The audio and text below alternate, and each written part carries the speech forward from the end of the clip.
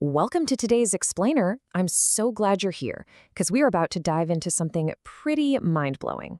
We're going to explore the microscopic world. It's a realm completely invisible to our eyes, yet it literally governs all the macroscopic things we see, touch, and interact with every single day. So, if you've ever wondered why the physical universe actually behaves the way it does, you are absolutely in the right place. Just think about your daily life for a second. Why is it that you can smell freshly baked pastries from all the way across a room before you even see them? Or, if you've ever looked closely at a train line, why do engineers leave those deliberate gaps between the solid steel tracks? Well, these aren't just random quirks of construction or nature. They're actually direct results of some incredible, invisible forces at play all around us. To figure out exactly what's going on, here is our roadmap for today. We'll be breaking down 1. The 3 states of matter. 2. Kinetic particle theory. 3. How states of matter change. 4. Heating and cooling curves. 5. Pressure, temperature, and gases. And finally, 6. The magic of diffusion. Okay, Section 1, the 3 states of matter. Let's dive into this and set up some baseline rules for our physical universe. Literally everything around us is matter. The mountains, the oceans, the air we're breathing right now. But as nature beautifully illustrates, matter primarily falls into 3 distinct physical states.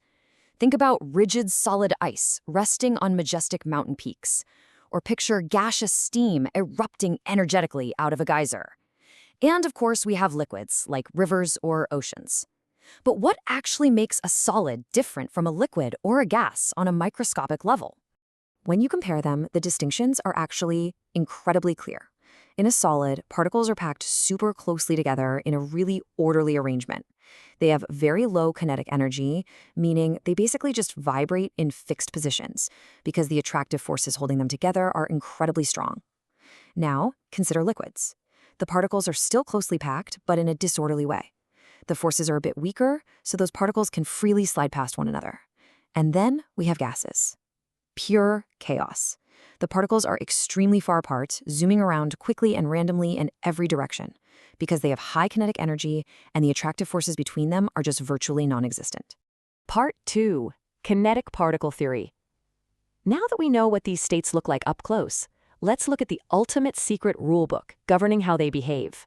This brings us to a massive concept called the kinetic particle theory. It basically states that all matter is made up of tiny particles, and these particles are in constant random motion.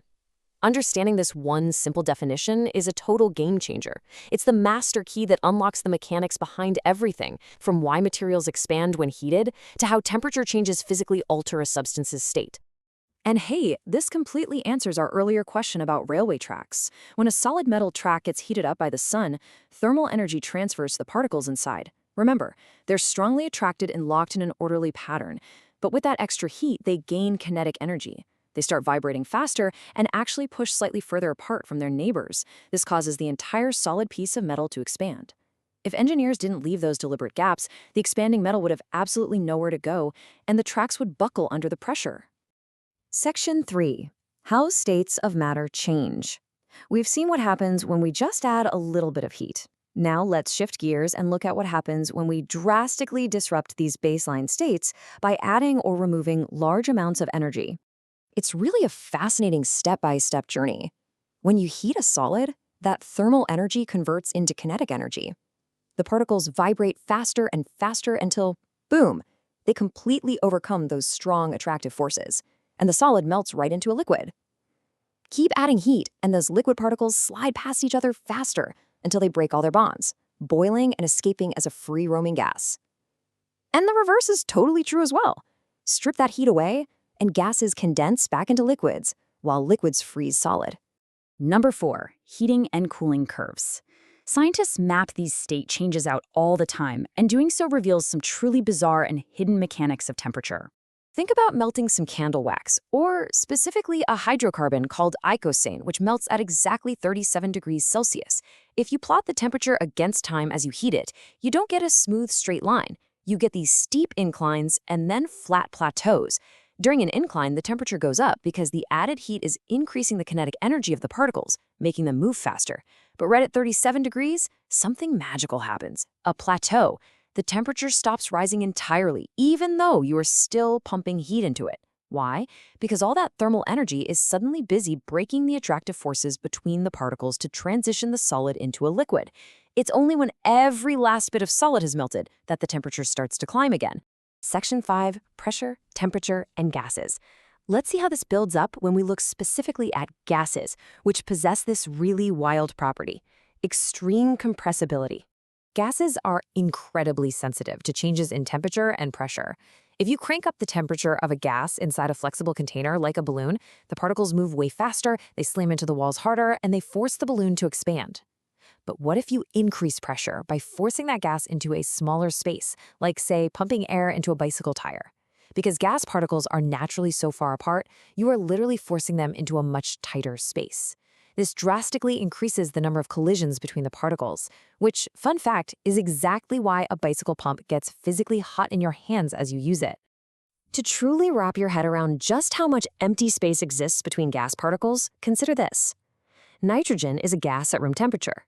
If you cool it down and force it to condense into a liquid, its volume shrinks by a factor of 700, meaning 700 units of gaseous space literally collapse down into just one single unit of liquid space.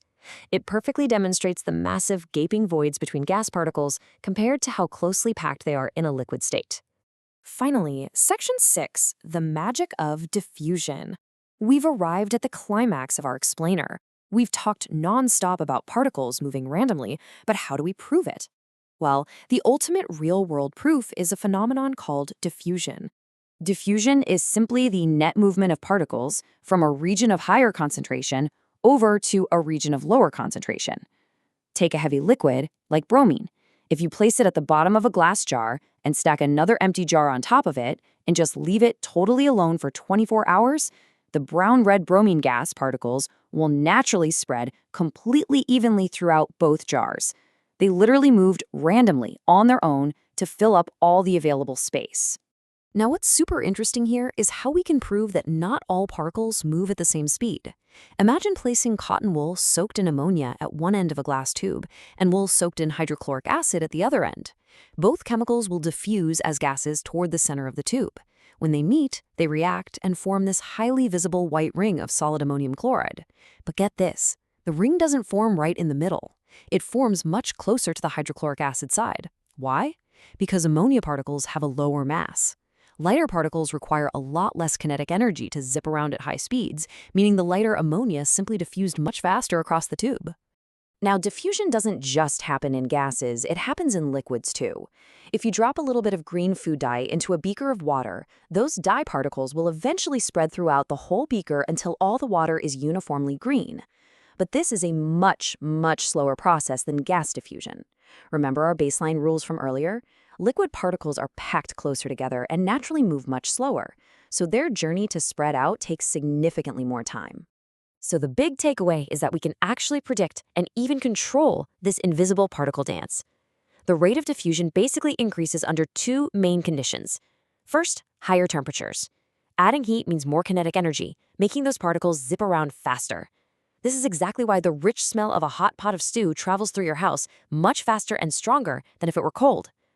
And second, lower particle mass. Just like we saw with the ammonia, lighter particles are just quicker on their feet. We have covered some serious ground today, from the rigid, orderly structure of solids to the totally chaotic dance of diffusing gases. So, the next time you open a fresh jar of coffee and that amazing aroma hits you, or you see condensation misting up a cold car window, I want you to ask yourself, what are the billions of invisible particles doing in that exact moment? Because this microscopic world is always in motion, building, breaking, and shaping the macroscopic reality you live in every single day. Keep noticing the chemistry all around you, and thanks so much for exploring with me today.